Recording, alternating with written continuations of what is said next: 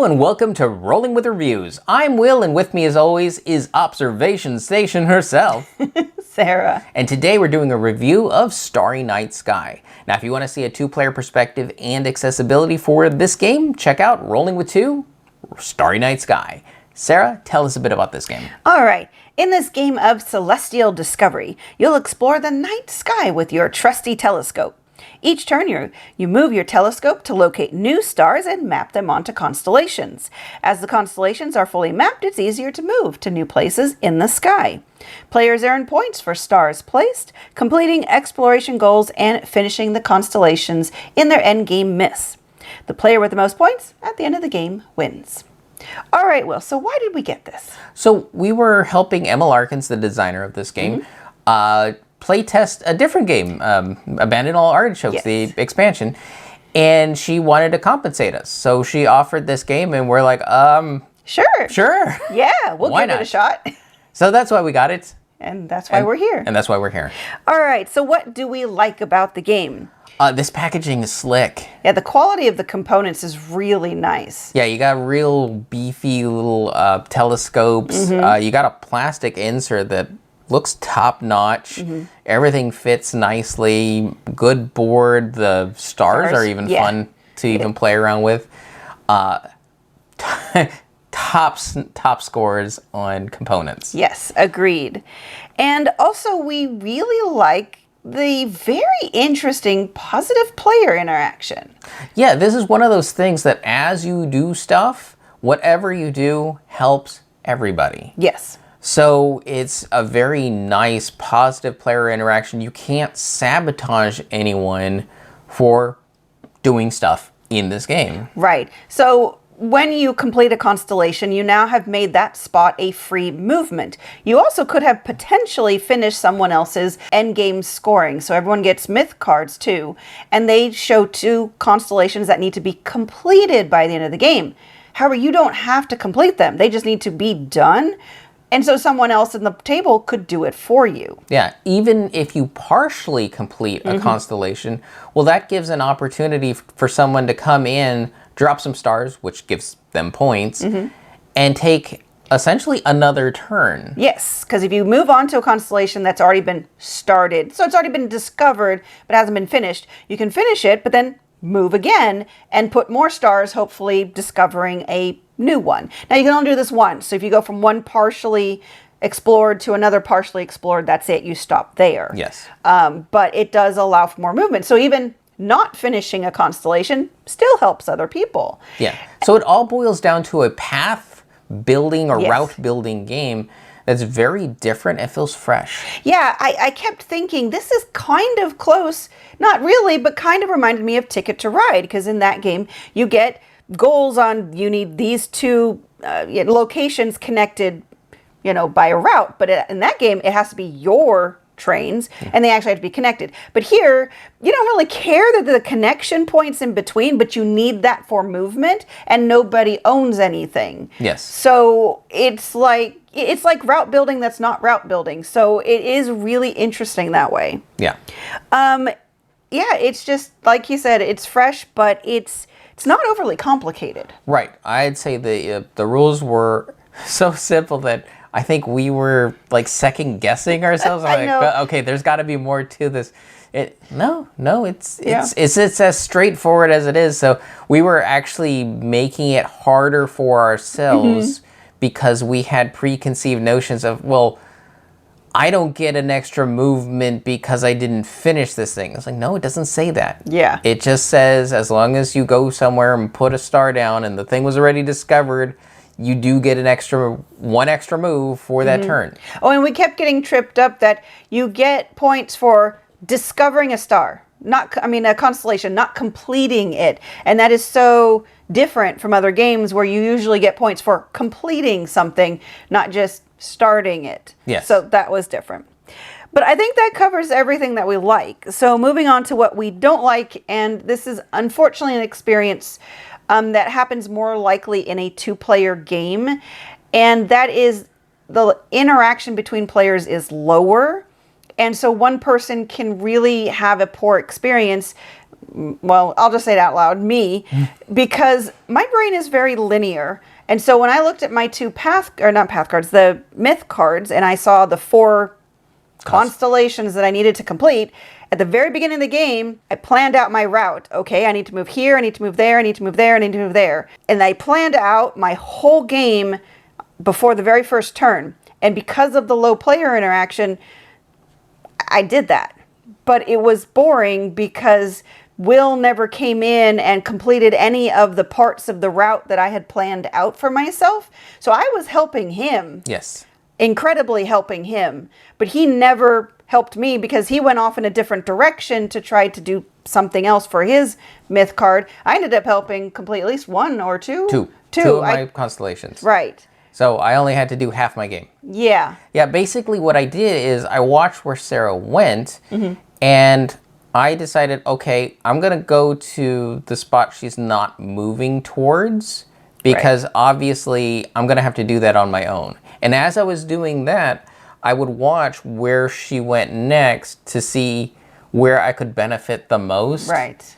And essentially let her do all the heavy lifting. Right, because he never went towards any of the constellations that I wanted to get done. And not the problem, but the challenge here is the points are so tight, at least in a 2-player game, that you have to complete your myth cards, or you just really don't have a chance to win. And as it was, I still didn't have a chance to win because Will was able to take his time to complete more of the exploration cards, where I was using them more to get extra stars rather than the points, fulfilling the conditions on those cards.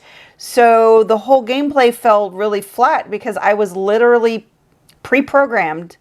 This isn't a pre-programming game. Right. Which is ironic because I also hate pre-programming Well, games. I was piggybacking on her. Yeah. And she's like, why is this place so heavy? And like, I don't know. Oh, it feels pretty good to me. I'm enjoying the ride. But I think that's going to be very particular to a certain type of gamer who, just like I said, has a very linear brain and thinks things straight through. And at the 2-player count. Yes, that is a very good preference because you need to make sure that I don't think that problem exists as much when you get to 3 and 4 players. Yeah, I'm hoping maybe at some point we can try this with 4 players. I just don't know if that's going to happen anytime soon. But I have a feeling that would be a much better experience for me because as I start to do one thing, other people would be going in all different directions. And then I'd see, kind of like Will saw with me, oh, that person already took care of that constellation. I don't have to worry about it. So I'm not doing all the heavy lifting. Or they lift 1 star. I'm going to go boop. Finish it. Okay, I still can go do something else. Right, exactly. And because more people have completed constellations, it's easier to move around the board. Right, yeah. So that, thankfully, sort of is the only thing we don't like. It hit Sarah really hard, though. Yeah. Just to warn you. Yeah, I'll talk about that more in my review. So let's move on to who this is for. I think this is going to be the best for casual and family gamers. Yeah. Hardcore gamers, it's going to be possible. It's going to be a hit or miss depending on a lot of factors. And it might be something that would be good for them to have in their library so that they can play it with casual and family gamers. But right. I think the harder core gamers might fall into the same pit trap you did, where they're like, well, I know for my strategy game, I create this big strategy and I follow that. And this game lets you do that. You could do that. There's nothing stopping you from doing that, but it might not be the best way to play the game. Right. It is not the most rewarding. It definitely does not feel like you're exploring anything. Yes. Yeah. This is a game that's really benefits for you trying to follow other people so you do less work. Yep. But still put enough of your stars out to get lots of points. Yep. All right, let's go on to our ratings. So for our ratings, we each have 1d6 worth of ratings to give. 1 is low, 6 is high. We give a number, a reason why, add them together and see what it rolled for us. Sarah, what did, I'm afraid to ask, Starry Night Sky roll for you? This was a big challenge because, well, let me just tell you. So I rated it a 3 and that, were you expecting something higher or low? No. Okay. No. Yeah. Okay. I think for a lot of other people, this is going to be a really great game. I think it's going to rate 5 or 6 for a lot of people. What brings it down is my own personal hang-ups and issues, but this game has a lot of things I like. The positive player interactions, it's pretty. This new group route building concept was just, that part blew my mind. I thought about that for a long time after our first game. Is like, wow, we just build this route together as a group and nobody owns it. That is just freaking awesome, and I want more games to have that kind of thing. That just seems so cool. So it has a lot of the positive player interaction, and everything you do earns points. So you never feel like you're really fully out of the game until like towards the end. That's when there can be a bit bigger gap because somebody may have already finished all their constellations, so now they're just trying to get extra points at this point, or some people are probably still trying to pursue that, so that's where at the end is when you start feeling that difference. My brain is just, I'm the wrong gamer for this game. That's really what it comes down to. And so that's why I rated a 3, is that I still want to recommend it to people. I don't think it's a bad game. I'm the wrong gamer for it. There you go. Hello, I'm all other people. I give it a 5. Yeah. Now, everything that Sarah talked about was actually a discussion we had after one of our games, because she came away down and bummed, and she was like, I don't... What's wrong with me? What's wrong with me? I don't know. What do you see in the game? And so I told her, and she essentially listed everything that I said, that why I found this game so engaging and so great. And she goes, what's wrong with me? That's everything I want.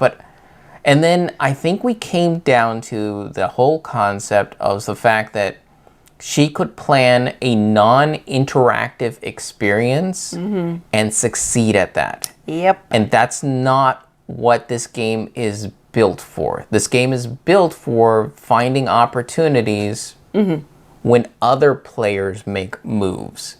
So she wasn't ever reacting to mine because she had her plan and she followed it and had a bad time. Yeah, unfortunately, maybe it's because I'm slightly on the more hardcore gamer side of things. I like strategy games where you do try, but you don't always succeed, but you try to plan out a strategy from the beginning, but then you have to adjust based on other players or the game itself throwing a monkey wrench at you. And this game doesn't do it, and at a 2-player count, the other player isn't going to do it either. Yeah. So, yeah. So all the preconceived notions that she had built up preparing to overcome were non-existent obstacles. Right. And instead, all she did was all the hard work. And yeah, I had a great time. I won all the games we played. Yeah. It was awesome. Thank you, Emma. Yeah. And I'm sorry about her. I am sorry for me too. I don't know what's with her. I am disappointed in myself. Yes. And if you're disappointed in me, I totally understand too, because yeah. But 8 out of 12, this is probably the lowest score that Sarah will give, but rave about the game. Yes, it is a game that I highly recommend. It's just, I have to be honest with my feelings about the game. It is not one that I really want to play again at 2-player count is the problem. And that is mostly what our gaming is right now. Yes. All right, and that'll do it for us. Sarah? Yeah. Why are the stars so dangerous to you? I don't know. I think it's the sharp edges. I keep cutting my fingers on the edges of the stars. They are sharp. They are a bit sharp. Yeah, that's probably the only caveat for families is just watch out that your kids aren't too little because they might put them up their nose. Ouch. Yes. And we've been Rolling with Reviews. If you have any questions, comments, or concerns, you can reach out to us on the various social media platforms at Rolling with 2, that's TWO. We're on Blue Sky, Facebook, Twitter, and Instagram. For Discord, we have a channel on Tabletop Express. Check the show notes for the invite link. If you have time, check out the other content Nanaman has found for you, because remember, he's rolling with you.